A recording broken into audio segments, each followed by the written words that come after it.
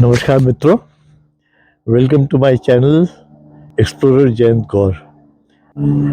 आज बड़ा ठंडा दिन है यहाँ लंदन में। इस समय धूप निकली हुई है पर -2 डिग्री टेम्परेचर है और मैं धूप का आनंद ले रहा हूँ। आज मैं बैठे बैठे सोच रहा था about civilization, urban civilization in particular, India में और इंग्लैंड में। Visiting developed country is like seeing into future.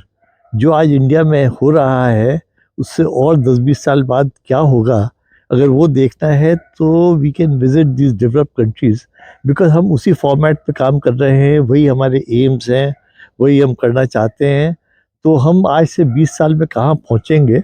अगर आपको वो क्रिस्टल बॉल गेजिंग करनी हो, फ्यूचर देखना हो, तो आप इन देशों में, मैं उसको इस तरह सोचता हूँ कि उन देशों में जाके आप उस पॉइंट ऑफ व्यू से सोचें। एक चीज़ जो मेरे जहन में आती है इमीडिएटली, दैट इज़ अपने जो सिटीज़ हैं इंडिया में, उनके अंदर एवरेज आदमी से अगर आप पूछें तो his grandfather was probably in a village, and उसके बाद 2 जनरेशन बहुत से बहुत अभी सिटीज़ में रह रही हैं।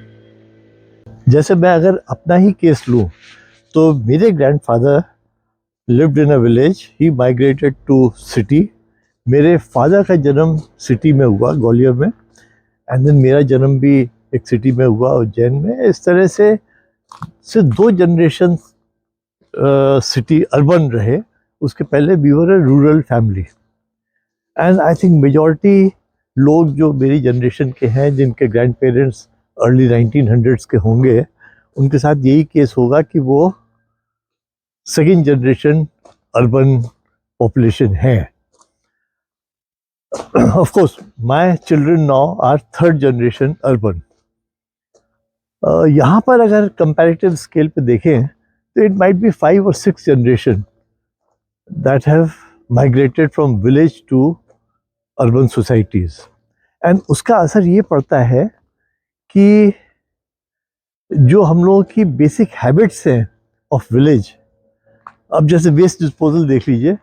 विलेज में ये आदत है कि कचरा लिया और बाहर डाल दिया क्योंकि गैया खा जाएगी, एंड उस समय सारा कचरा बायोडिग्रेडेबल होता था। तो अगर बायोडिग्रेडेबल कचरा है तो वो naturally with time it will decay.